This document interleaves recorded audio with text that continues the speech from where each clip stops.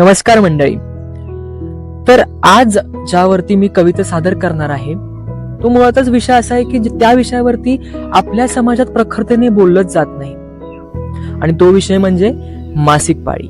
मासिक पाळी हा विषय आपल्या समाजात खुल्यापणाने बोलला नाही जात. म्हणूनच आपल्या समाजाला जागृत व प्रबोधनात्मक करण्यास देऊयात आपला मदतीचा हात. मुलाने विचारल्यावर सांगितले जाते, आजारी आहे, दुखतंय तिच्या पोटात. का नाही हो, या सगळ्यांबद्दल त्यांनाही अवगत केले जात. जुन्या रूढीवादी विचारांना केलंय आपण आत्मसात. प्रगल्भित करूयात आपले विचार, कारण जर बदल घडवायचा असेल तर सगळ्यात आधी स्वतःपासून करूयात सुरुवात. मासिक पाळी येणं हे महिलेचं आहे अस्तित्व.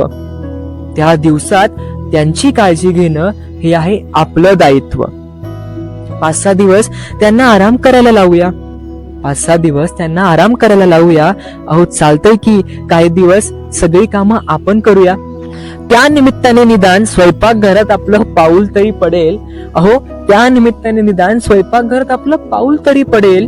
त्यावेळी का होईना महिला किती तारेवरची कसरत करतात हे तरी आपल्याला कळेल.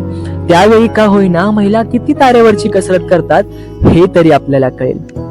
सगळ्यांना ऐका, सगळ्यांना, स्त्रियांना, पुरुषांना, मुलांना, मग ती मोठी असो वा लहान, हे कळायलाच पाहिजे की पिरियड्स येणं हे काही प्रॉब्लेम नाही, तर हे आहे देवानेच दिलेलं वरदान. हे काही प्रॉब्लेम नाही, तर देवानेच दिलेलं आहे वरदान. तर ते शेवटी मला एक प्रश्न विचारायचा आहे.